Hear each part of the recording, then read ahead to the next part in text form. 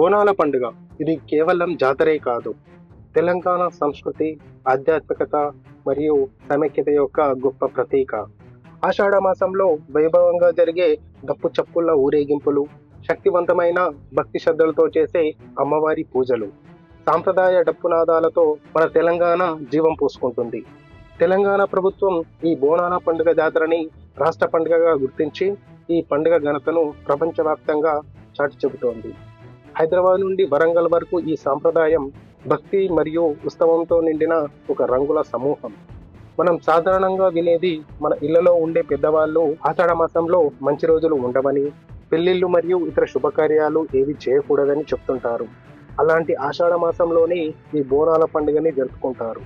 దానికి ఒక పెద్ద కథనే ఉంది. మరొక విషయం ఏమిటంటే, ముఖ్యంగా ఈ బోనాల జాతర హైదరాబాద్లోని గోల్కొండలో ఉన్న శ్రీ జగదాంబిక మహంకాళి దేవాలయంలో మొదలై సికింద్రాబాద్లోని ఉజ్జయిని మహంకాళి దేవాలయంలో కొనసాగుతూ లాల్ దర్వాజాలోని శ్రీ సింహవాణి మహంకాళి దేవాలయంలో ముగుస్తుంది. మరి ఈ బోనాల జాతర చరిత్ర ఏంటో మీకు తెలుసా? ఈ బోనాల జాతర గురించి ఈ వీడియోలో పూర్తిగా తెలుసుకుందాం రండి. Hi, hello, namaste. నేను మీ కిషోర్ బింగి.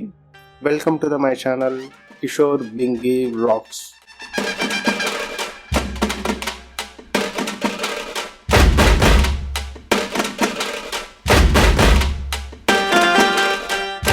ఆషాఢ మాసంలో అమ్మవారు తన పుట్టింటికి వెళ్తుందనే నమ్మకం. అందుకే భక్తులు ఈ పండుగ సమయంలో అమ్మవారిని దర్శించుకుని తమ సొంత కూతురు తమ ఇంటికి వచ్చిందనే భావనతో భక్తి శ్రద్ధలతోనే కాక ప్రేమానురాగాలతో బోనాలను ఆహార నైవేద్యంగా సమర్పిస్తారు. ఈ తంతును ఊరడి అంటారు. వేర్వేరు ప్రాంతాల్లో పెద్ద పండుగ, ఊర పండుగ వంటి పేర్లతో పిలిచేవారు. ఊరడి అనే పేరు తర్వాతి కాలంలో బోనాలుగా మారింది. తెలంగాణ సాంప్రదాయానికి చిహ్నమైన బోనాన్ని మన ఆడబిడ్డలే తయారు చేస్తారు.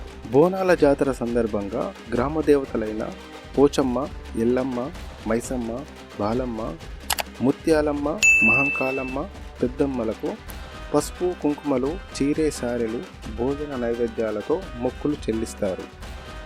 తమ కుటుంబాన్ని సుఖశాంతులతో కాపాడాలని, తమకు ఏ ఆపద రాకుండా చూడాలని కోరుకుంటారు. బోనం అంటే భోజనం అనే అర్థం.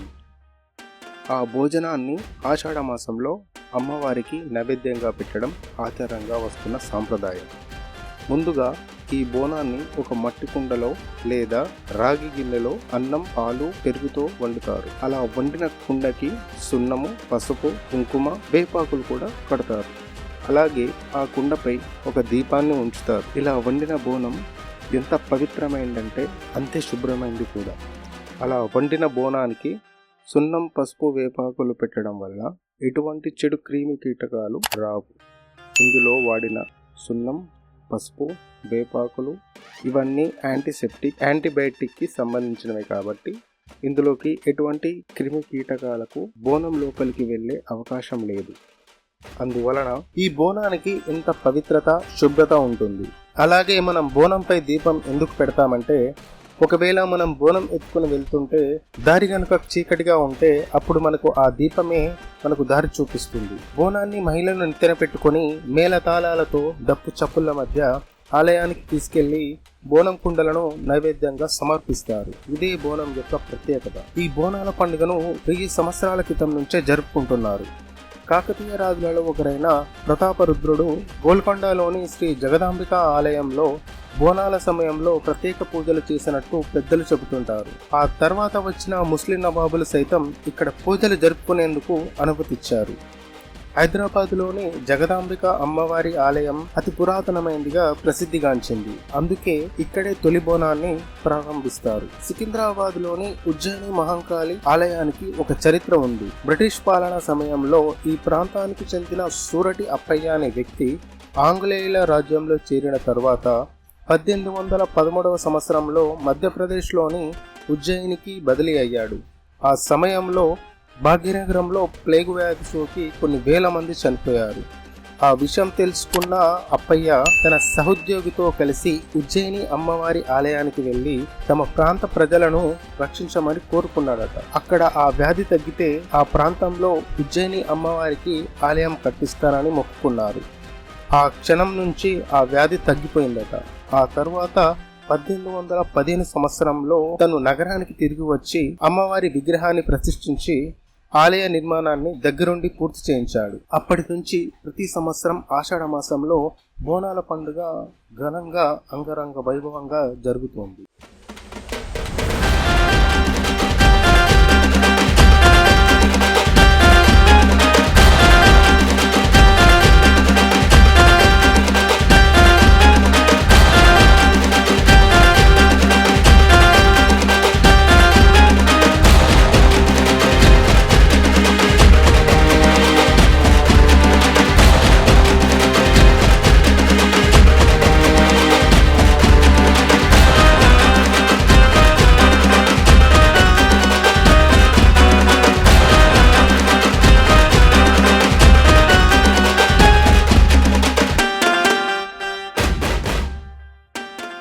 బోనాలు నగరంలోని వివిధ ప్రాంతాలలో జరుపుకుంటారు. ఆషాఢం మొదటి ఆదివారం సందర్భంగా గోల్కొండ కోట వద్ద వేడుకలు ప్రారంభమవుతాయి.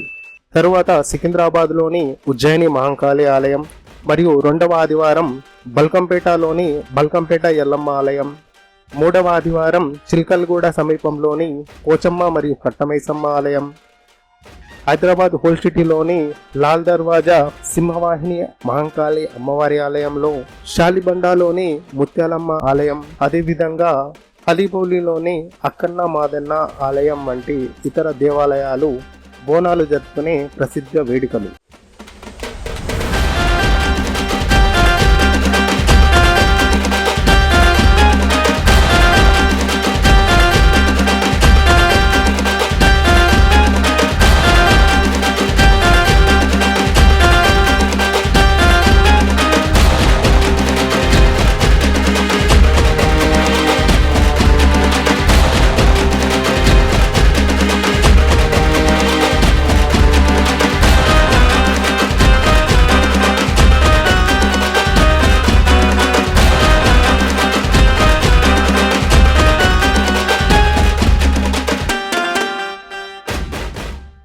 పోతురాజుని అమ్మవారి సోదరుడిగా తెలంగాణ ప్రజలు భావిస్తుంటారు.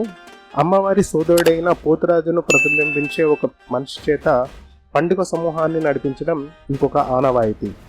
పోతురాజు పాత్రను పోషించే వ్యక్తి బలశాలిగా ఉంటాడు.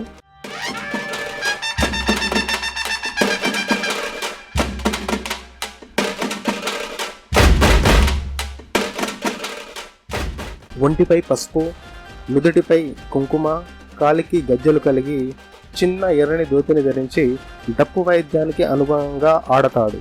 అతను భక్త సమూహం ముందు పలారం బండి వద్ద నర్తిస్తాడు. అతను పూజా కార్యక్రమాల ఆరంభకుడిగా, భక్తు సమూహానికి రక్షకుడిగా భావించబడతాడు. కురడాతో బాదుకుంటూ వేపాకులను నడుము చుట్టుకొని అమ్మవారి పూనకంలో ఉండే భక్తురాళ్లను ఆలయంలోకి అమ్మవారి సమక్షానికి తీసుకెళ్తాడు.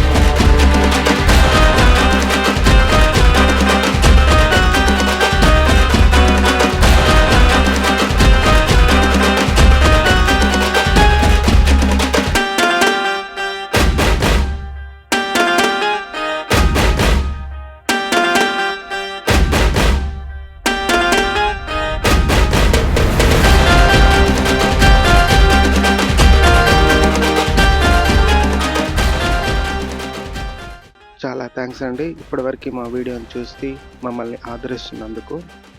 కొత్తగా చూస్తున్న వాళ్ళు సబ్స్క్రైబ్ చేయకుండానే వెళ్ళిపోతున్నారు. చిన్న రిక్వెస్ట్ ఏంటంటే, కొత్తగా చూస్తున్న వాళ్ళైతే ఖచ్చితంగా సబ్స్క్రైబ్ చేయండి. లైక్ అండ్ కామెంట్ చేసి మీ అభిప్రాయాన్ని మాతో షేర్ చేయండి. ఇలాంటి మంచి మంచి వీడియోలని మీకు అందించడానికి ఈ వీడియోని మీ ఫ్రెండ్స్ అండ్ ఫ్యామిలీకి తప్పకుండా షేర్ చేయండి.